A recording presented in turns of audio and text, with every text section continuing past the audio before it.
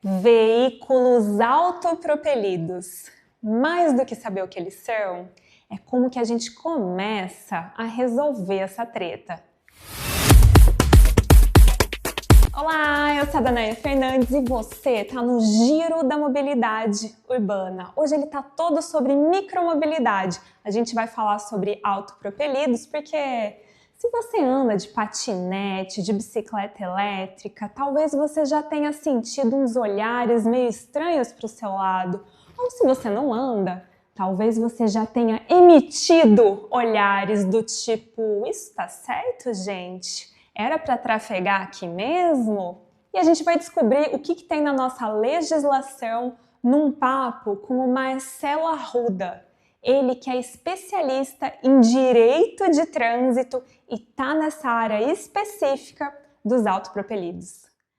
Desde os anos 90 que o Marcelo publica semanalmente em jornais sobre a questão de direito no trânsito. E hoje o Marcelo é uma referência em montadores de veículos autopropelidos, uma referência acadêmica e até uma referência para polícias nesse setor de autopropelidos. E ele vai me ajudar a responder uma pergunta que todo mundo faz, mas que ninguém consegue responder, que é: o que os autopropelidos podem ou não podem fazer por nossas cidades? Eu comecei a fazer um assunto, outro, e um dos textos foi parar no Jornal do Estado. Então, ainda na condição de acadêmico, eu comecei a fazer publicações semanais a respeito do tema trânsito. Daí acabou migrando também para o jornal Estado do Paraná, que era o Dr. Paulo Pimentel, né, ex-governador do Paraná, avô do Eduardo Pimentel, nosso prefeito de Curitiba, e lá eu tinha uma coluna que era justamente sobre direito de trânsito, toda semana também, todos os domingos. E a partir daí a coisa começou a crescer, e estamos até hoje aí nessa matéria. Desde então, Marcelo atravessou todas as mudanças do Código de Trânsito Brasileiro, desde 1998 até a Resolução 996 de 2023, que rege os modos autopropelidos até hoje. Vocês estão fazendo algo que realmente vai criar um problema muito grande. Eu não quero subscrever isso junto. Então, o que a gente está falando hoje de problemas, não tendo bola de cristal, não sendo vidente, nem visionário, visionário talvez, mas não vidente, eu falei exatamente isso um mês depois da resolução sair. Passaram-se 3 anos. Então, como que você vai mudar agora uma coisa que já foi plantada, semeada, feita de um determinado jeito, as pessoas confiando na legislação, do jeito que está, ficou tão complicado que hoje, para reverter, eu não sei como é que iria reverter, porque todo um mercado de fornecedor e consumidor já foi criado. Empresas investiram muito em barracões, importação, o consumidor já investiu, já separou o dinheirinho dele para comprar, já vai trabalhar, já criou hábito. O Marcelo foi convidado na elaboração da Resolução 996, mas ele não concordou com os caminhos que estavam sendo tomados. E ele admite que hoje a gente tem uma legislação bastante confusa. Você tem duas configurações estéticas idênticas praticamente, né, patinetes. Se ela for elétrica, ela vai ser um autopropelido, mas se ela for motor a combustão, mesmo do mesmo tamanho, etc., ela vai ser um ciclomotor. Olha que aí você já vê um tratamento diferente da legislação.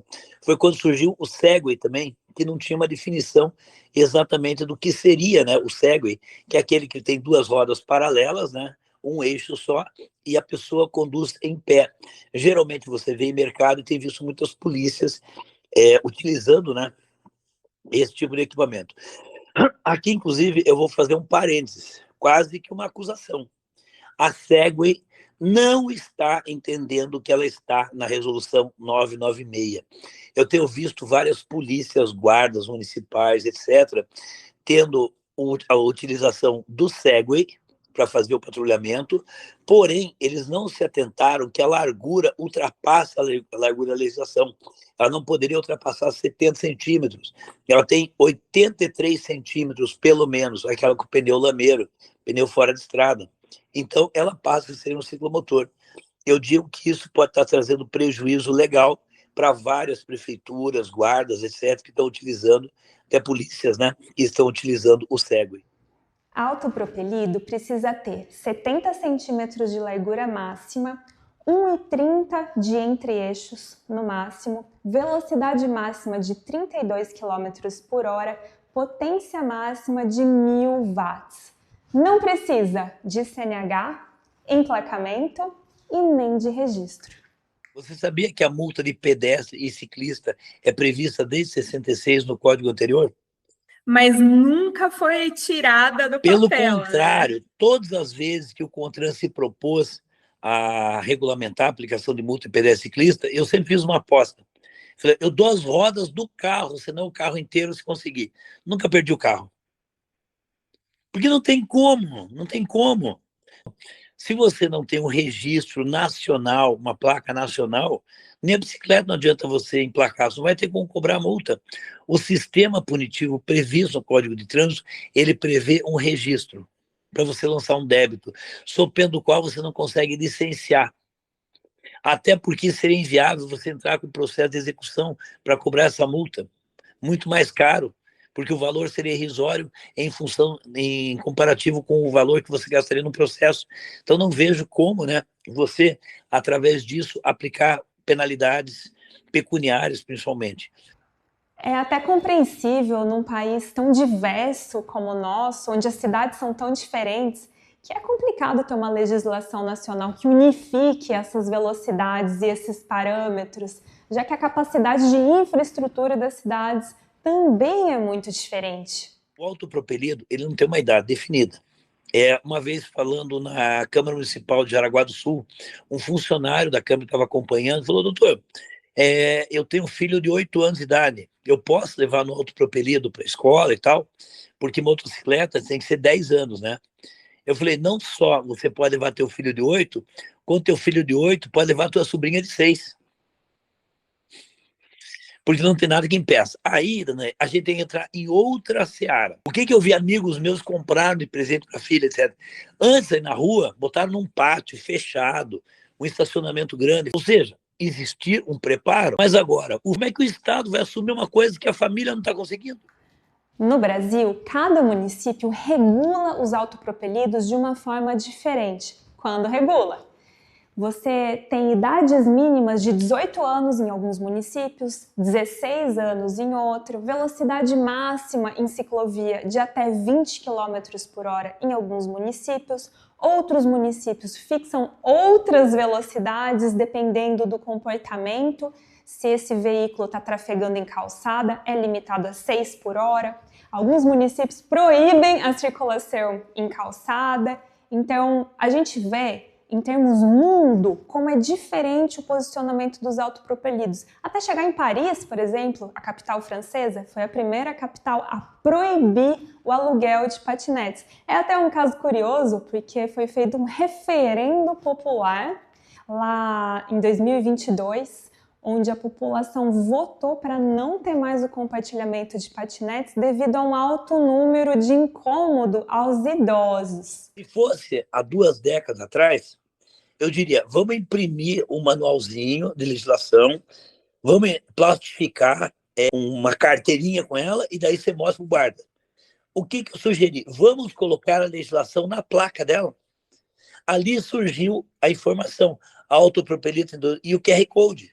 O QR Code foi idealizado na NXT, sugestão minha, né? Aí, logicamente, fizeram o desenho e tal, padrão Mercosul de desenho e de cores, né? Mas quando você liga a tua câmera, você vai ser direcionado para resolução. Eu dei essa sugestão no sentido de facilitar tanto o consumidor quanto a fiscalização. Conheci o Marcelo recentemente num evento metropolitano de segurança no trânsito lá em Curitiba, e é claro que eu prefiro entrevistar as pessoas pessoalmente, você sabe disso, mas como eu conheci ele naquele evento, foi o jeito que deu da gente conversar, assim, de forma remota, porque o Marcelo é a pessoa que mais entende de legislação que eu vi, articulando com a Polícia Rodoviária Federal essa questão dos autopropelidos. Ele tem desenvolvido um trabalho de ensinar essa resolução, não só para policiais, mas para as pessoas e até para as empresas. Gostou dessa ideia dele de colocar o QR Code da lei nos próprios equipamentos?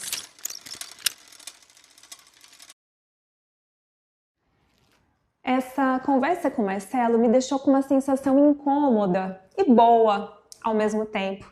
Incômoda porque existe um emaranhado de questões que nenhuma cidade está conseguindo plenamente resolver, onde temos aspectos confusos que vêm da legislação, mas que também tem uma conduta em jogo. E isso me puxa para uma sensação boa ao mesmo tempo, porque são veículos elétricos que estão chegando e estão tirando pessoas do transporte individual motorizado, muitas vezes, para circularem com veículos que são mais sensíveis à cidade. Deixa eu me explicar como urbanista. Quando a gente tem um comportamento onde as pessoas se lacram dentro do carro, dificilmente elas percebem questões menores do seu dia a dia, como uma rampa de acessibilidade, uma infraestrutura que não está numa boa conservação, como uma ciclofaixa que está apagada, é uma calçada que está inadequada.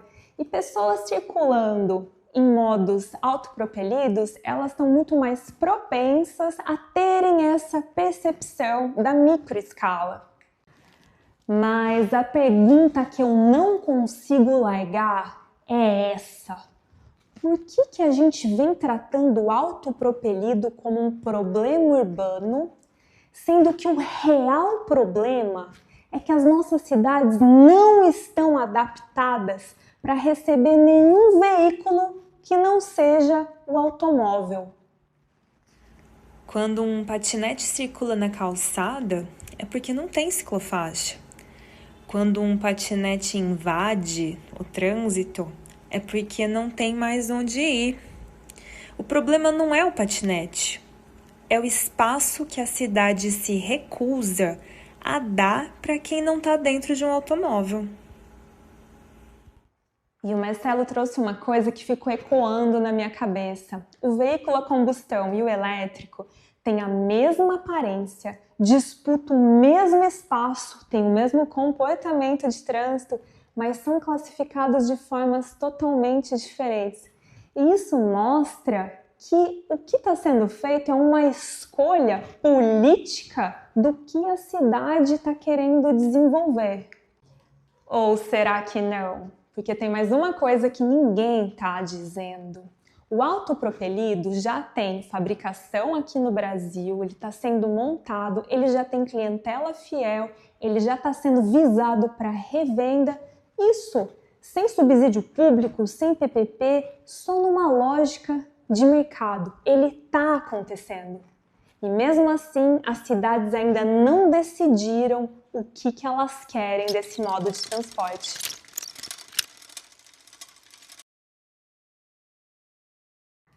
Para os gestores, antes de fazer qualquer decreto sobre autopropelido, lê a Resolução 996 de 2023 e pensa se a sua cidade tem ciclofaixa, como está a questão de ciclovia, se tem infra para receber esses patinetes, essas bicicletas elétricas, porque senão qualquer decreto já vira uma lei morta se não tiver infraestrutura. Para os usuários, você pode circular à vontade. E caso você seja questionado, é sempre bom você também ter a Resolução 996. Se liga no QR Code aí que o Marcelo Arruda anda pendurando nos dispositivos, porque não existe uma legislação que impeça você de circular hoje no nosso país.